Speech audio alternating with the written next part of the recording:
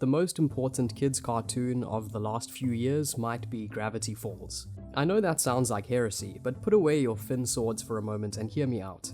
Gravity Falls isn't as popular as Adventure Time or The Marvelous Adventures of Flapjack, but its DNA has seeped into the newest crop of kids' TV more than any of its peers. First off, for those unfamiliar, Gravity Falls is a Disney cartoon that ran from 2012 to 2016. It centers on twins Dipper and Mabel Pines' summer vacation with their great uncle Stan in a remote woodland town where bizarre events routinely take place. To name a few, killer shapeshifters, giant spiders with human faces, and a tyrannical triangle hell-bent on destroying the planet. The Pines twins encounter all these mysteries while chasing a journal that seems to hold the key to understanding the town. In the process, they learn several life lessons, like be yourself, forgive and forget, and don't sell your soul to tyrannical triangles hell-bent on Armageddon.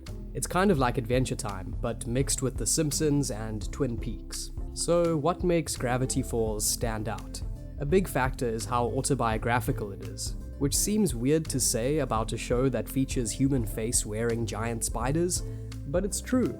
Gravity Falls draws heavily upon the creator Alex Hirsch's childhood summers spent in Oregon. The primary relationship in the series, between a brother who is kind of neurotic and obsessed with the paranormal, and his goofy, wacky sister, came from my real life, Hirsch explains. As a result, its themes feel relatable, and not always in a jolly way. Don't let the show's sunny exterior fool you. Some episodes end brutally, with betrayals, misunderstandings, and characters not getting what they want. After all, the Pines twins are 12 turning 13, so the show captures that moment right when you're not quite a kid anymore, but not quite a teenager either. It's usually a particularly melodramatic age, where we get our first PG-rated tastes of love and loss. As such, Gravity Falls frequently deals with issues of unrequited love, the choice between doing what's right and what's easy, and what growing up means.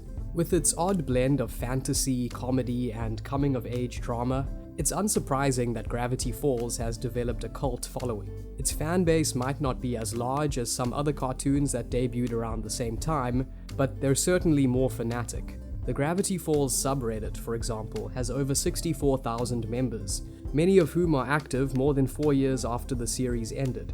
People continue to create Gravity Falls fanfiction and spam Alex Hirsch with mail. Gravity Falls tattoos are even a thing. If the show was so innovative and its fanbase so loyal, then why did it end? Well, it ended because it was supposed to. Hirsch had planned out a story from the beginning, and when that story had been told, he decided to call it quits. It's a surprisingly graceful way for a Disney cartoon to bow out.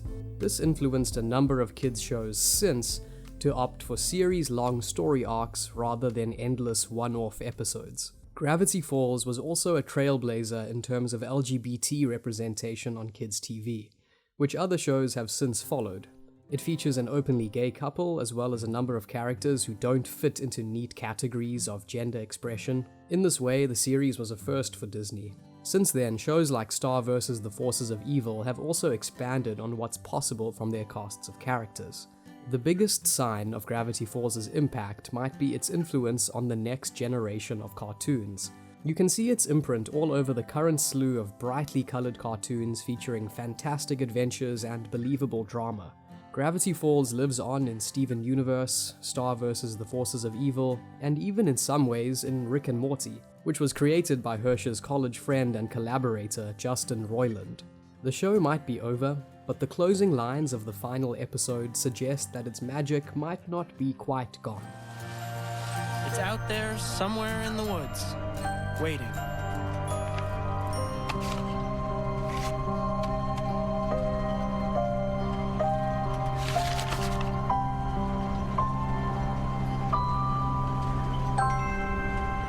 And if you think that's cheesy, I have only one thing to say to you. Why you acting so cray-cray?